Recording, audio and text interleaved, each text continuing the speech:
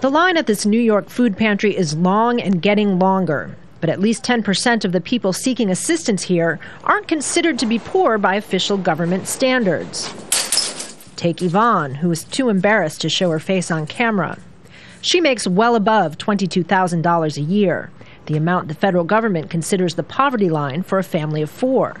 But almost all of the single mother's income goes to pay her $3,000 a month mortgage, leaving little left for other expenses. I go to my bed at nights. They think I'm sleeping, but I'm not. I have the light on and have a pad, adding and subtracting, crossing out how the next bill is going to be paid.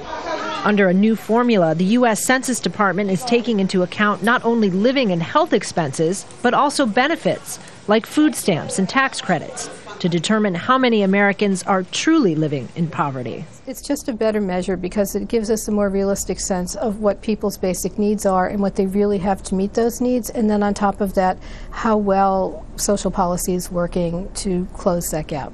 No matter how you look at it, poverty in the United States is on the rise. But when you take into account factors other than a family's income, the situation is even more dire, with another 2.5 million people living below the poverty line.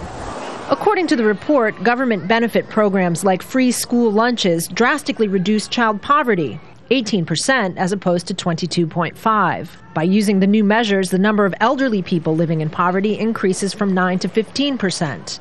And while the government says it now has a more accurate picture of poverty in the U.S., it hasn't yet changed who's eligible for federal assistance. They don't take that into consideration. So for people like Yvonne, the change means nothing.